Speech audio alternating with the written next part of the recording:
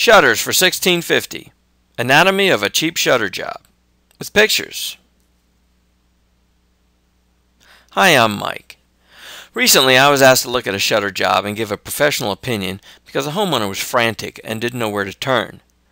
Fortunately for her, she was smart enough to have paid with a credit card and halted the installation before they were completed. In a nutshell, it was the worst shutter job I have seen in the 20+ years I've been in the business. It was almost as if the company in question had no idea what they were doing.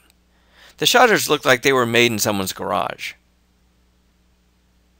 From sales to measurement, from manufacturing to installation, the only thing that was done well was the sales aspect. The person who installed the job turned out to be the owner, and the salesperson was his mom. The fact that the installer was also the owner wasn't the problem. That he installed the shutters in their then current condition and then later acted shocked to learn of their shoddy construction is just jaw-droppingly inconceivable. I took pictures of the job as I walked through the house because they will tell the story better than I ever could, and frankly, I wouldn't have believed it had I not seen it with my own eyes. This is the first thing I saw when I entered the home. Although I closed the shutter for the picture, the shutter panel was too big for the frame, so it was necessary to force it closed. You can see where it's hitting the frame right here, and the panel's still open. They then ripped down the side stiles to an inch or less, making it not only look bad, but extremely flimsy. Here you can see the saw marks from putting the panel in a table saw to cut down the stiles. Those two holes are the screw holes that were once covered by dowels. Those went away when they removed half the stiles.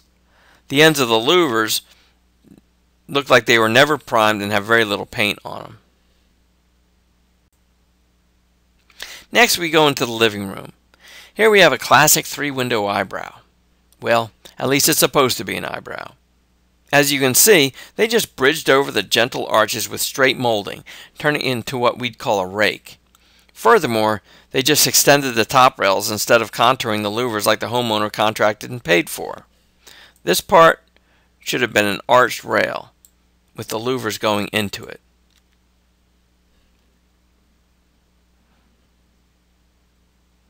This is the same window from the outside, so you can see the arch of the window the way it should have been.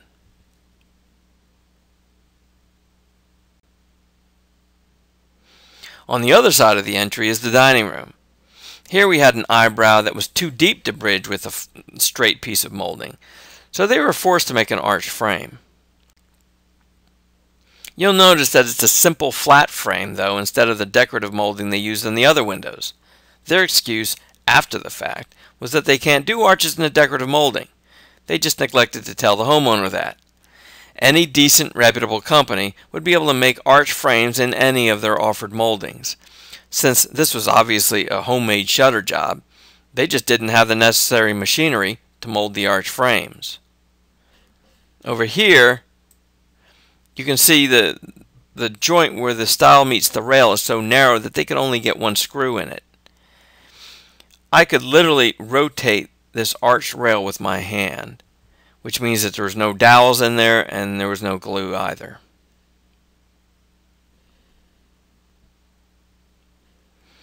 Two more examples of shoddy workmanship. Frame was split right here, and then over here the panel stuck to the frame, and when they opened it, all the paint peeled off. These two pictures show a bad job of filling defects in the wood with absolutely no effort or regard given to making it look presentable. It doesn't even appear to be sanded. This shows a classic example of what we call orange peel, where the paint doesn't lay down smoothly. What looks like dust on the rest of the louver is actually paint overspray, which is dried on the louvers, giving them a sandpaper-like gritty feel. Many of the shutters were covered with overspray. Installer got a little carried away with the nail gun here. Next picture tells the story a little better. Shown from the outside, you can see that they made the frame and shutter about 1.5 inches too narrow. They did this to try to accommodate this piece of trim work for the stairs. What they should have done was just made it the normal width, and then just notched the frame to sit on top of that piece of trim.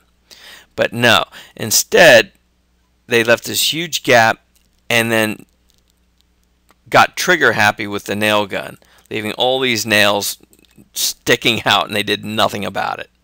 I mean, some of this stuff you just can't make up. This is supposed to be a door cutout. Well, it's cut out. All right. In fact, I thought they hadn't finished the job when I saw this, until I went on their website and saw that this is actually how they do their door cutouts.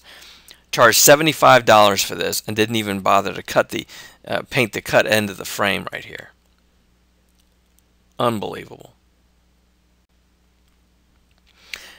Classic example of a racked shutter. The joint has failed. It opened up here right at the bottom.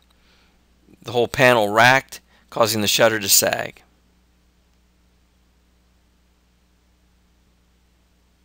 Same shutter. Here you can see it's dropped by about 3/16 of an inch at the top. It was dragging on the sill within a couple of days of installation.